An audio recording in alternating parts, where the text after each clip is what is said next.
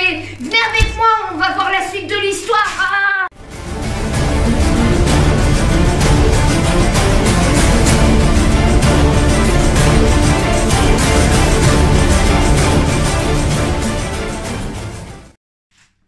Bonjour Vanessa. Bonjour Sharon. Écoute, je suis contente de te voir parce que j'ai une super nouvelle à t'annoncer. Alors laquelle? Dis-moi. Eh bien, j'ai donné mon cœur à Jésus, j'ai suivi ton conseil. Ça, c'est une bonne nouvelle. Ouais, puis alors c'est super, je suis vraiment heureuse. Ah bah, je vois, on t'est rayonnante, hein. Bon, je suis très contente que tu aies pu suivre ce chemin. Oui. Mais par contre, il y aura des défis à relever. Des défis. Ouais. Des défis dans ma vie avec Jésus? Oui, par exemple, je vais te donner l'exemple d'un défi, ça va être la moquerie. Ah, tu sais, j'y avais pensé parce que je connais des gens qui ne croient pas en Dieu. Effectivement, en fait, ça peut être tes copains ou alors ta famille qui peut se moquer de toi. Effectivement, quand on ne connaît pas Dieu, on a tendance à se moquer de l'autre. Ah, d'accord. Donc, mais si tu veux, il y a une histoire dans la Bible que je veux te raconter justement. C'est l'histoire d'un jeune garçon qui s'est fait moquer de lui aussi. Mais il a su relever le défi parce que Dieu était avec lui. Ah, d'accord. Voilà. Ça m'intéresse alors. Bon, regarde, on va regarder justement l'histoire. Les cailloux, la fronde et le géant. Le premier roi d'Israël s'appelait Saül. Saül n'obéissait pas à Dieu. Alors Dieu dit au prophète Samuel, « Va chez Isaïe. Un de ses fils sera le nouveau roi. » Samuel se rendit à Bethléem, chez Isaïe, qui lui présenta 7 de ses fils. Ils étaient beaux et forts. Dieu dit, « Je n'ai choisi aucun d'eux. Je ne regarde pas à l'apparence, mais à ce qu'il y a dans le cœur. » Alors, Isaïe envoya chercher son plus jeune fils, David, qui était dans les champs en train de garder les moutons.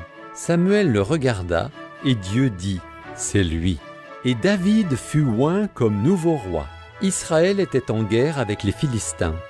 Un géant, nommé Goliath, lança un défi aux Israélites.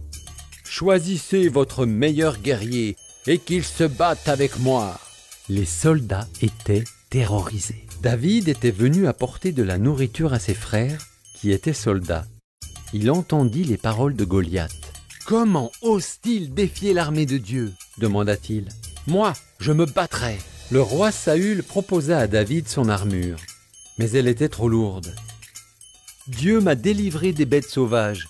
Il m'aidera aussi contre Goliath. » Et David prit son bâton, sa fronde et 5 pierres. « Suis-je un chien pour que tu viennes me combattre avec un bâton ?» rugit Goliath. David répondit, « Toi, tu as une lance.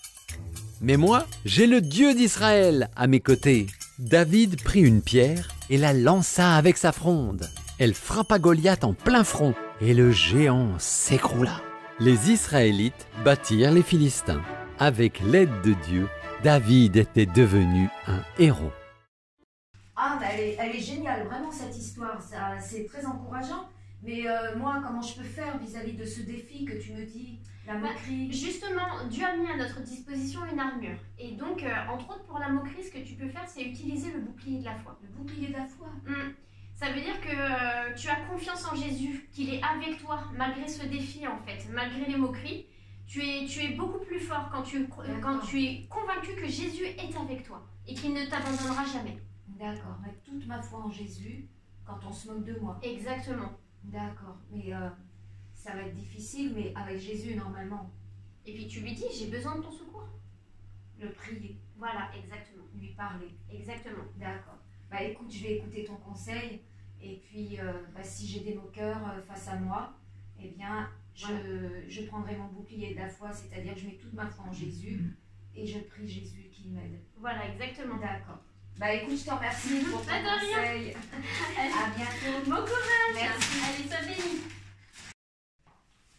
Ben, t'as l'air d'être tout heureux là. Bah oui, j'ai décidé de suivre Jésus sur le chemin qui mène à la vie. Jésus, tu crois en Jésus? Mais oui, il a dit je suis le chemin, la vérité et la vie. Oh là là, quelle histoire. Mais pourquoi?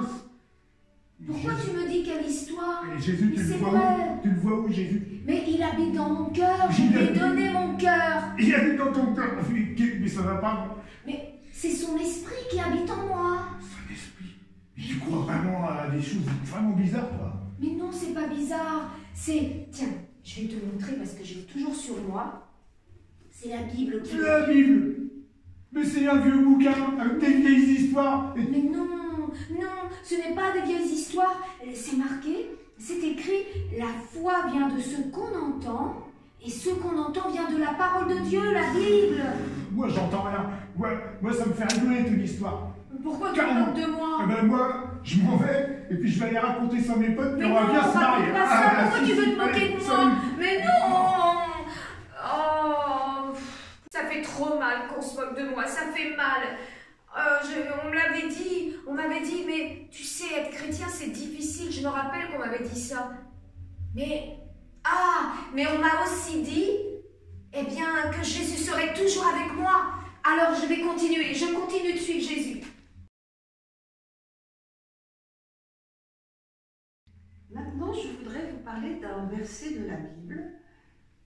Ce verset dit « Prenez par-dessus tout cela, c'est-à-dire l'armure, le bouclier de la foi. » Le bouclier, c'est un instrument que recevaient les chevaliers pour se protéger et aussi pour attaquer, vous voyez, à cause de la pointe qui est dans son centre. La Bible nous dit que la foi nous sert de bouclier. Elle est là pour nous protéger. Elle nous protège du malin. La foi, c'est quoi? La foi, c'est croire de tout son cœur que Jésus existe, qu'il est mort pour nous, qu'il est ressuscité et qu'il est le Fils de Dieu. Et de ce fait, nous devenons des cibles d'un ennemi que nous ne voyons pas, mais qui s'appelle le malin et qui est aussi l'ennemi de Dieu. La Bible nous dit qu'avec la foi, nous allons pouvoir éteindre tous les traits enflammés du malin. C'est-à-dire que éteindre, vous savez, quand on fait un grand feu, eh bien, si on veut l'éteindre, on met de l'eau dessus. Eh bien là, la foi va nous servir comme de l'eau qu'on va mettre sur ces traits enflammés. Les traits enflammés, ce sont les attaques, ce sont comme des flèches. Vous voyez,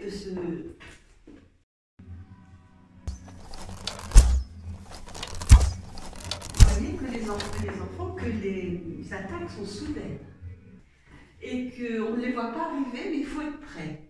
Donc c'est pour ça que l'apôtre Paul nous dit qu'il faut avoir son bouclier tout le temps. Les traits enflammés, ça peut être des attaques diverses. Ce sont, comme dans notre leçon, nous avons la moquerie qui a été traitée, et vous avez vu combien ça peut faire mal. Eh bien, ce n'est pas surprenant, parce que les attaques de l'adversaire, elles font très mal. Voyez, voilà, je pense que vous avez compris le sens de ce verset. Notre foi est assez forte pour tenir tête à l'adversaire. Nous allons lire le verset ensemble. Prenez par-dessus tout cela le bouclier de la foi avec lequel vous entendrez tous les traits enflammés du malin. Éphésiens 6, 16. Au revoir.